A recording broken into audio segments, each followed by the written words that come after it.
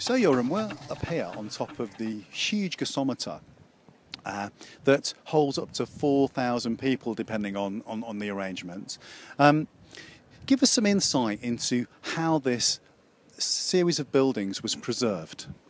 Well, it was a bit of I wouldn't say it was an easy process. At a certain point it was the property of the city council, and they did not really know what to do with it. It was kind of a headache file for them.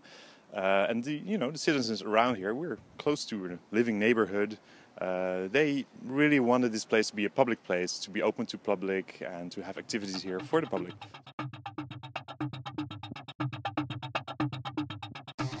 At certain points, they had set a goal that this indeed should be a place open to the public.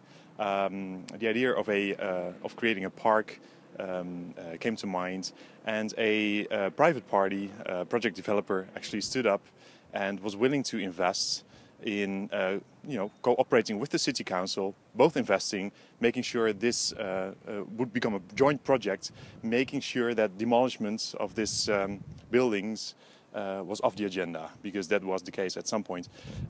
So there was a lot of investment, both by the city council to create the park, as by the private party, which is the owner of the Westergasfabriek buildings, to make sure that there was a basic renovation, that it wouldn't collapse all of a sudden.